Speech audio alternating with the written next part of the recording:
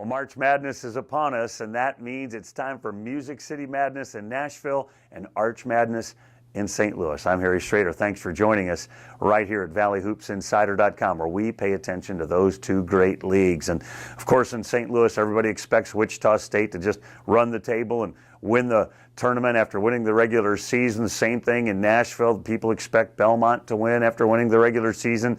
But if you want some dark horses, we've already written over at MidMajorMadness.com that Morehead State might be the team to pay attention to. And you've got a couple to choose from in the Missouri Valley tournament, but my money, not a betting man, would be on Illinois State. They've got the athleticism and the ability to get up and down the floor. Maybe they could be a dark horse candidate there.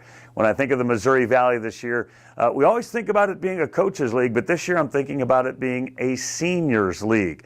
9 of the 10 players in the 2 all-conference teams were seniors. And, of course, Wichita State has those 3 great ones, and Ron Baker and Fred Van Vliet and Evan Wessel. And Indiana State has those 2 guys with over 1,000 points, and Christian Smith and Devontae Brown. You think of DJ Ballantyne and Egidius Moskevicius there at Evansville, both in the top 3-4 in scoring and rebounding in the history of the league. And, of course, Adam Wing, kind of a glue guy on that team as well. And Anthony Bean, one of the all-time great scorers at Southern Illinois, is a senior. And Devon Akun-Purcell's only been at Illinois State for a short while, but has really left his mark there as well. Northern Iowa has Matt Bohannon and Paul Jesperson, but maybe the best big game player in the league in Wes Washpun.